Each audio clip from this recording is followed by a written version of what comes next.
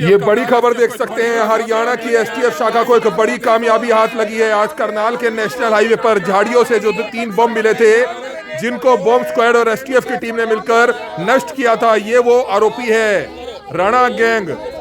आप देख सकते हैं उसी गैंग का एक मुख्य सदस्य है। इसके पास से बड़ी संख्या में हथियार भी मिले हैं। ये बड़ी खबर इस समय आप देख सकते हैं, नोनी राणा गैंग से जुड़ा हुआ ये बताया जा रहा है और बड़ी संख्या में आप देख सकते हैं हथियार, जिंदा राउंड, कारतूस और भी बहुत कुछ इसके पास से बरामद हुआ है। हम आपको बताना चाहेंगे, आज सुबह हमने आपको दिखाया था कि करनाल एसटीएफ को एक बड़ी कामयाबी हाथ लगी थी और उन्होंने जिस बदमाश को पकड़ा था उसने दौराने रिमांड जो है ये बात कबूली थी कि उसने जो 2 बम, 2 हैंड ग्रेनेड और एक आईडी ब्लास्ट जो है झाड़ियों में करनाल जो है जंजारी गांव के पास छुपाए हैं और तकरीबन 2.5 घंटे के बाद जो है उन्होंने बॉम्ब स्क्वाड की टीम ने उनको नष्ट कर दिया। और ये बड़ी खबर इस समय आप देख सकते हैं, एसटीएफ शाखा की तरफ से प्रेस कॉन्फ्रेंस की गई है। आरोपी इस समय आप देख सकते हैं किस तरह से एक बड़े गैंग का एक सदस्य है और इस समय करनाल एसटीएफ शाखा को एक बड़ी कामयाबी हाथ लगी है, जिसकी लाइव तस्वीरें इस समय आप देख सकते हैं। बड़ी कार्रवाई की थी, लगभग 15 से 20 दिन पहले। हालांकि एक नाम के जरिए एसटीएफ इसमें पहुंचती है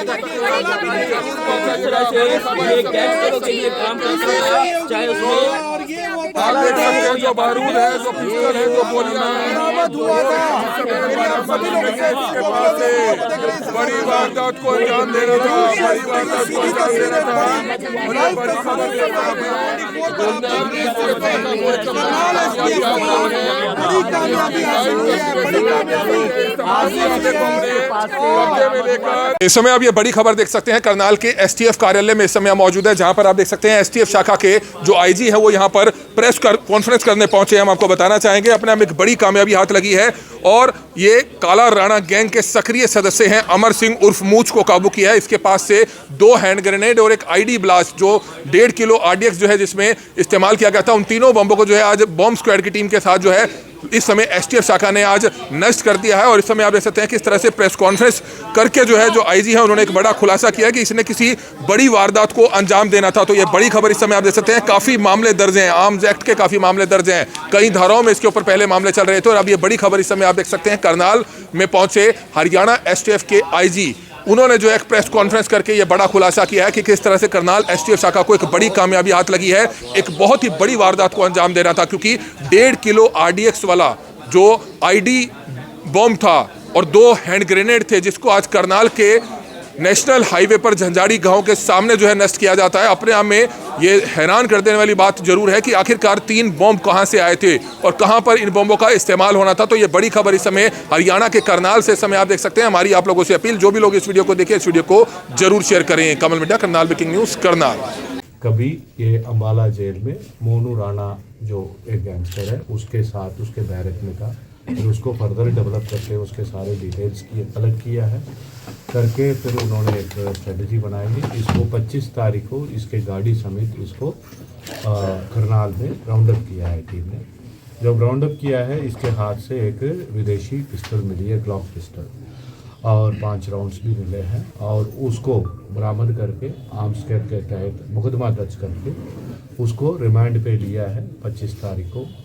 आज सुबह उसने ये डिस्क्लोज किया है उसको उसके पास कुछ एक्सप्लोसिव्स भी उन्होंने पहुंचाए। जो गैंगस्टर है जो सूर्य प्रताप कहते हैं, जो काला राणा का जो भाई है, जो नोनी राणा कहते हैं, जिनको हमारे मेहनत से यूएसए में डिटेन करवाया गया, यूएस पुलिस ने डिटेन कर रखा है उसको। तो वो कुछ दिनों पहले उसने ये एक्सप्लोसिव्स को इसको दिलाया है कोई बड़े वारदात के अंजाम करने के लिए, और इसको ये कहीं अक्रॉस द बॉर्डर पंजाब से कहीं से लाया है, ले आके उसने यहाँ पे दबा रखा था। फिर आज के डिस्क्लोजर में ये बात हुई है कि उसने कहीं उसके पास जो लोकेशन भेजा हुआ था उसके बेसिस पे वो जिंजाड़ी गांव है एक करनाल करंग लेक के वहाँ से इसने एक ड्रम के अंदर पैक करके उसको दबा रखा था, उसको रिकवर किया है, जिनमें से 2 ग्रेनेड मिले हैं और एक आईईडी भी मिला है। सो एफएसएल बम डिस्पोजल टीम बुलाया गया मौके पे, आईईडी को डिफ्यूज़ कराया गया और एक ग्रेनेड को वहाँ पे ब्लास्ट करवाया गया है। सो वो जो भी कार्रवाई है वो करके रिकवरी करके इस पे ये जो अमर सिंह है और उसके एसोसिएट्स हैं उनके खिलाफ UAPA में भी सेक्शंस जो ऐड करके तो तफ्तीश जारी है। 6 दिन की रिमांड पे है हमारे पास और पूछताछ करेंगे और इस किस मकसद से ये दिया गया है। अभी तक ये बता रहा है कि इसको आगे क्या करना था उसके लिए डायरेक्शन नहीं था नोनी की तरफ से, तब तक वो पकड़ा के जा चुका था वहाँ पे। सो फर्दर डायरेक्शन इसको नहीं मिले, सो जल्द हमें हमारी उम्मीद है वो भी जल्दी आ जाएगा। कितनी देर पहले सर ये पूछताछ करेंगे और तो आगे क्या करवाना था इनसे वो तफ्तीश के दौरान। कितनी देर पहले सर इसने रखा था ये यहाँ पे? ये मिनिमम 15-20 दिन पहले बता रहा है, लेकिन वो आ जाएगी इन्वेस्टिगेशन। तो करनाल ही सर टारगेट क्यों किया गया? करनाल में ही कुछ था? ये पता नहीं है, उसको भी नहीं पता है। ये उठाया तो इसने पंजाब की कहीं की तरफ से है, अभी भी एग्जैक्ट लोकेशन नहीं बता रहे, लेकिन वो पता चल तो इसके जाएगा। और कितने साथी हैं सर इसके साथ हो सकते हैं? इसके और कितने साथी हो ये सकते हैं? सिर्फ अकेला था अभी तो फिलहाल, अभी पूछताछ में पता कहाँ का रहने वाला है सर ये आरोपी? ये मीरठ का रहने वाला। और मामले दर्ज हैं इसके ऊपर सर इससे Yes, पहले दर्ज है। सर? इसके पहले इसके 10 मुकदमे दर्ज हैं, जिनमें से 2 मर्डर केस है और एक तो वहीं पे है जो डबल मर्डर एक किया है इसने मीरठ पे।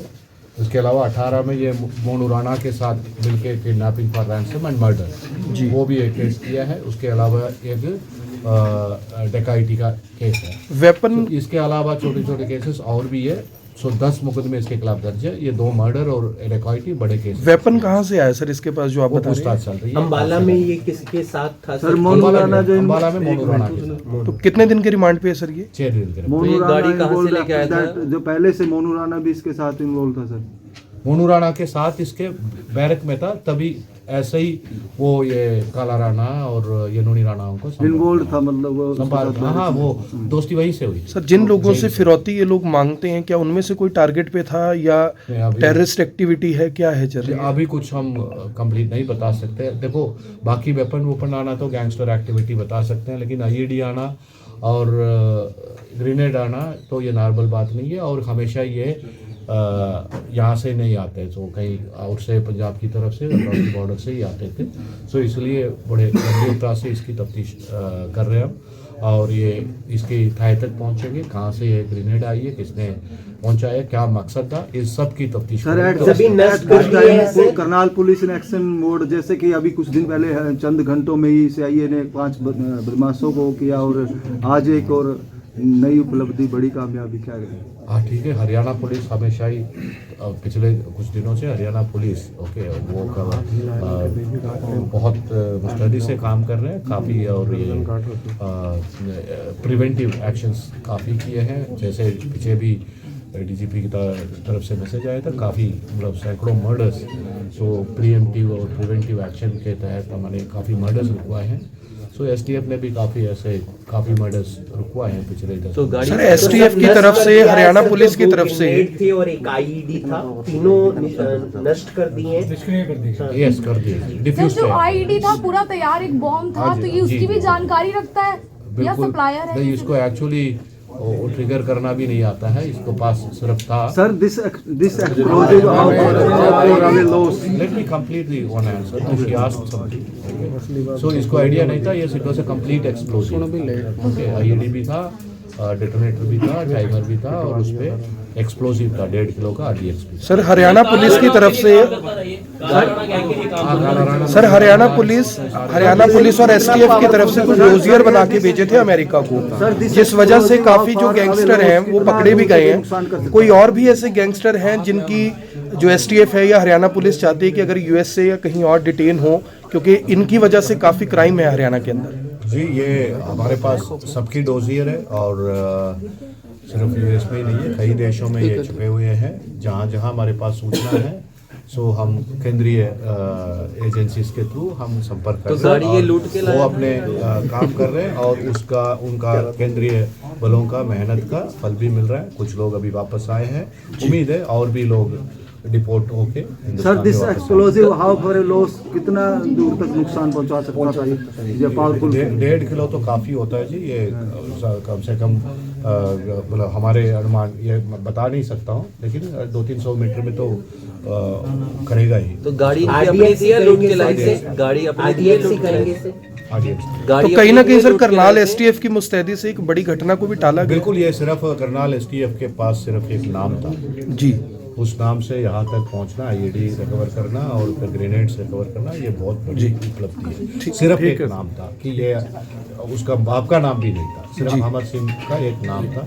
उससे उनकी सिंसियरिटी, कमिटमेंट और प्रोफेशनलिज्म दिखाता है। उस नाम से ये आईईडी तक पहुंचा है। एक कुछ ऑब्वियसली 2 ग्रेनेड और आईईडी है तो कोई ना कोई बड़ा घटना ही इस पे घटना था, उसको जरूर रोका है। आईजी साहब, हरियाणा में एसटीएफ अच्छा काम कर रही है, आप हरियाणा भर के व्यापारियों को कुछ निर्देश देना चाहेंगे, कहना चाहेंगे, अपील करना चाहेंगे? क्योंकि गैंगस्टर्स लगातार उनको थ्रेट करते हैं और काफ़ी व्यापारी उनको तो डिमांड दे भी देते हैं, पैसा दे भी देते हैं, तो ऐसे व्यापारियों से कोई मैसेज देना चाहेंगे? जी, जो जैसे डीजी साहब ने भी पहले बोला है कि उनका इन्वेस्टमेंट आपका भय है।